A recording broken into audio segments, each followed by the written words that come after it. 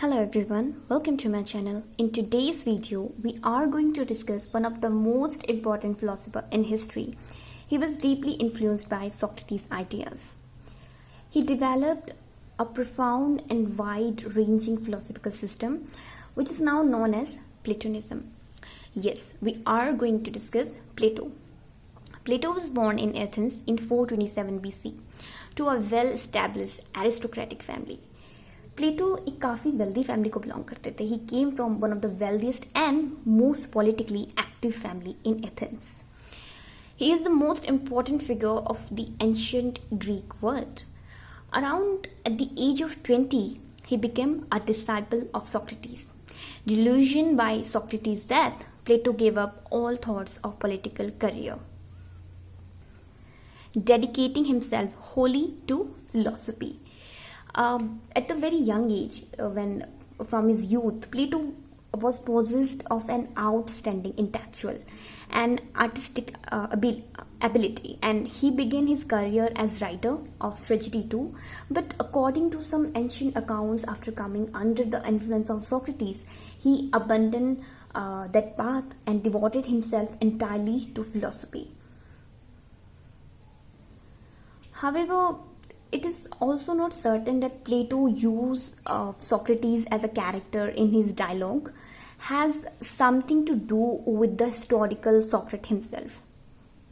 So इस वजह से there continue to be a number of seemingly scholarly dispute to this issue. In 387, he founded his academy, the Lyceum. Some accounts the world's first university, and here he trained his greatest student, equally influential philosopher, Aristotle. Athens में उन्होंने अपनी famous academy Lyceum को found किया. This is that time it was very famous ancient institution of philosophical and scientist research. तो इसमें उनके जो students थे कुछ अदर फिलोसोफर थे जिन्हें उन्होंने ट्रेन किया in history of philosophy. We can compare him with depth and scope of vision except perhaps Aristotle, who arrived at academy as a student and later became a teacher. Even though उन दोनों की views काफी different है प्लेटो and Aristotle की, लेकिन Aristotle Plato के student रहे हैं.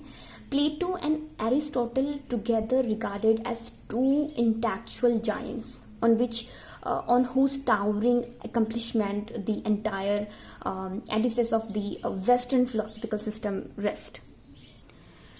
Next is that Republic. Republic उनकी बहुत most famous work रहा है.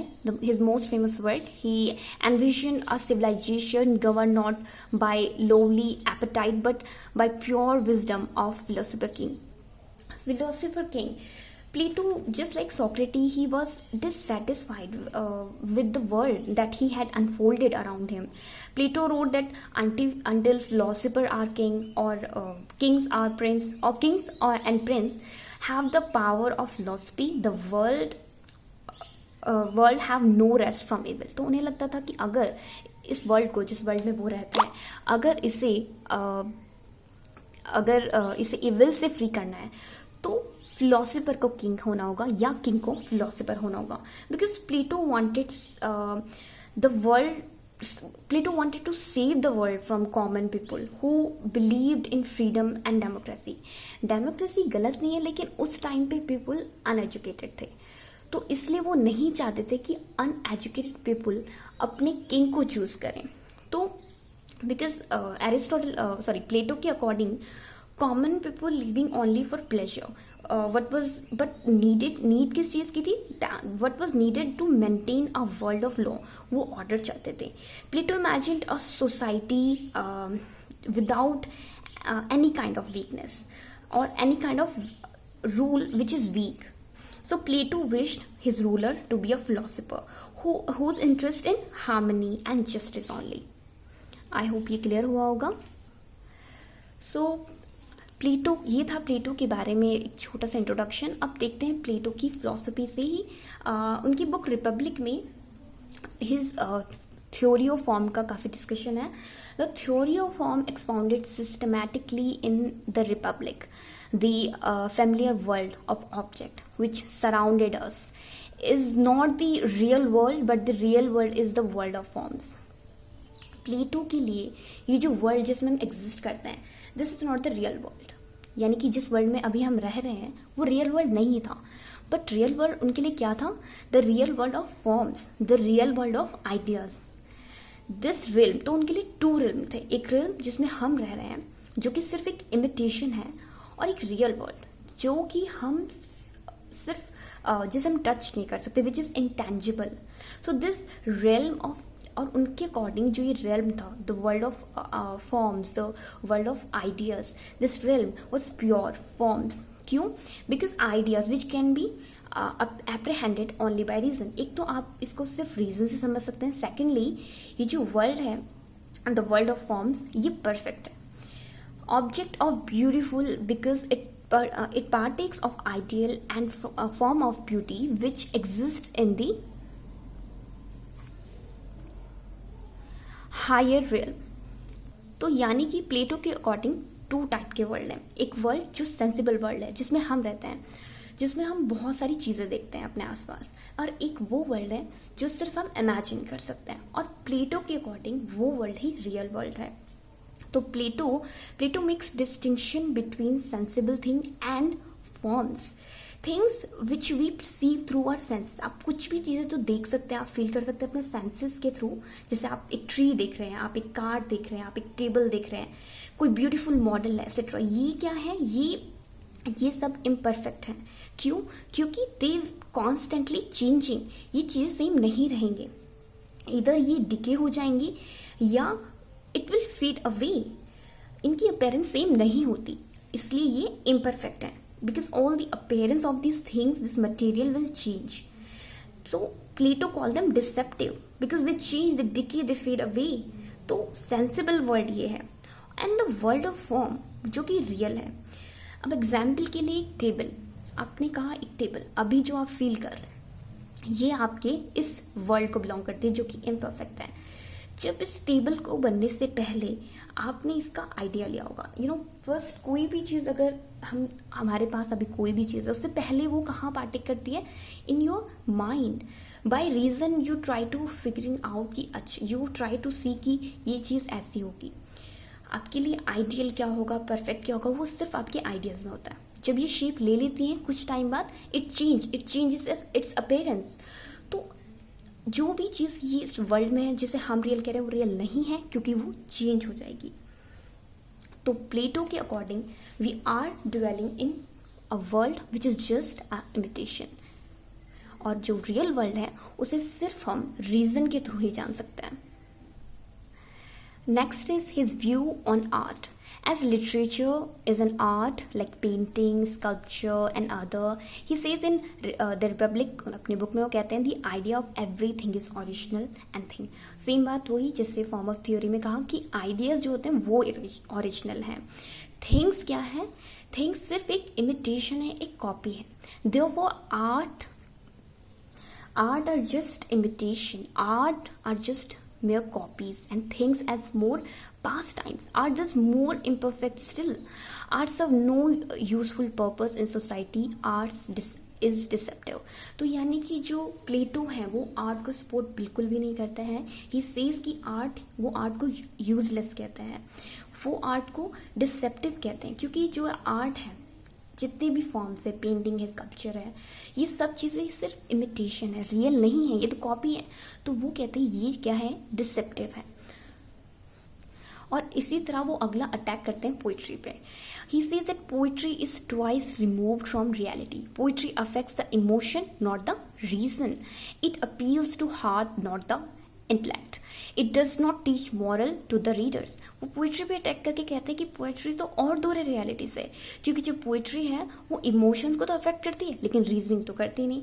फिलोसोफर जो होते हैं मोस्टली रीजन पे रिलाई करते हैं, रीजन की बातें करते हैं और रीजन के थ्रू जजमेंट पे पहुंचते हैं. लेकिन वो कहते हैं पोइट्री तो रीजन से हमें दूर करती है, ये तो सिर्फ इमोशनल अपील देती है, हार्ट को अपील देती है. तो इंटेलेक्ट का क्या? तो ये, और ना ही पोइट्री कोई मॉरल टीच करती है. तो देखिए ऐसा पोएट के लिए वो क्यों कहते हैं? वो कहते हैं जो ये पोइट्री है, ये पोइट्री को एक पोएट लिखता है, और जब पोएट कोई पोइट्री लिखता है, he doesn't thought for a long time, he is inspired suddenly and then he write down. ये पोइट करते हैं कि वो सडनली किसी भी आइडिया से इंस्पायर होकर पोइट्री लिख देते हैं, जबकि रीजनिंग में एक लॉन्ग थॉट देना पड़ता है, आप सोचते हैं फिर जाकर आप किसी कंक्लूजन में पहुंचते हैं। तो इसलिए प्लेटो कहते हैं कि ये सडननेस जो है, ये सडननेस तो ट्रूथफुलनेस नहीं हो सकती। पोइट्री तो फुलफिल करती ही नहीं टेस्ट ऑफ रीजन को, इसलिए poetry is not just for pleasure. Poetry को सिर्फ एक प्लेजर देने का सोर्स नहीं होना चाहिए, but rather it should teach moral, it should contribute to some knowledge. Otherwise poetry is just useless, just as any form of art. Most of the Plato's philosophical writing takes form of dialogue. Now Plato के जो dialogue हैं, it is believed to that all 42 of the dialogues that Plato wrote have survived. तो 42 ही survive रहे जितने भी उन्होंने अभी तक लिखे। ये डायलॉग किस बारे में है देखते हैं। Plato's dialogues are philosophical discussion between 2 or more participant. First जो ये डायलॉग्स हैं, इनमें डिस्कशन है, और ये डिस्कशन 2 या 2 से ज़्यादा जो पार्टिसिपेंट हैं वो कर सकते हैं। Second is that usually focus on specific theme like justice, friendship. और जो भी डिस्कशन वो कर रहे हैं उसकी कुछ थीम हो सकती है, जैसे गुडनेस के लिए या फ्रेंडशिप के लिए, जस्टिस के लिए। तो ये चीज़ थीम होती है डिस्कशन के लिए। Third is are written for the most part like regular conversation. और जो भी ये डायलॉग्स हैं ये रेगुलर कन्वर्सेशन है, ऐसा नहीं कि बहुत स्पेसिफिक है। थीम हो सकती है कुछ जस्टिस, फ्रेंडशिप वगैरह के लिए, लेकिन ये अदरवाइज रेगुलर कन्वर्सेशन है। और अब एक important last but not the least topic हम देखने जा रहे हैं, Plato's analogy, the cave. In some ways Plato's entire philosophy can be summed up in his most famous analogy. यानी अभी तक हम जो भी देख रहे थे, प्लेटो की फॉर्म थ्योरी हो गया, प्लेटो का फिलोसोफर किंग हो गया, या प्लेटो के डायलॉग्स हो गया, इन सब का सम अप हम एनालॉजी से जान सकते हैं। इस एनालॉजी में क्या होता है कि ये एलेगरी ऑफ केव है। तो देखते हैं, प्लेटो has us imaged as an underground cave in which a group of prisoners are changed and able to see only what is in front of them. तो यहाँ पे प्रिजनर्स रहते हैं और प्रिजनर को एक केव में रखा जाता है और वो सब चेंज्ड है, और जब चेंज है तो वो सिर्फ अपने फ्रंट का हिस्सा देख सकते हैं, तो उनको टाई अप किया हुआ है चेन में और वो पीछे नहीं देख सकते, सिर्फ वो आगे देख रहे हैं। Next is behind the prisoner is a fire in front of which man walk carrying object that caste shadow on the walls of the cave. और पीछे क्या है, फायर जली हुई है और उसमें शेडोज बन रहे हैं, यानी आसपास से जो भी गुजरने वाले लोग हैं जो वहां से वॉकअप कर रहे हैं वो कुछ भी कैरी करके ले जा रहे हैं अपने साथ ऑब्जेक्ट। अब वो लोग जो चेन में टाई हैं वो लोग इन लोगों की इमेज देख सकते हैं क्योंकि उनके फ्रंट में इमेजेस बन रही है, शेडोज बन रही है because of that fire.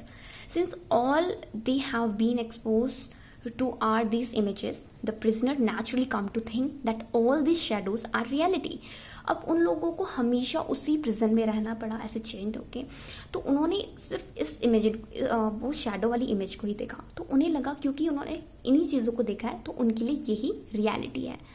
One of the prisoner escaped from the darkness of cave. At first he is blind by the light of sun, but soon he realized what he experienced in the cave was mere illusion.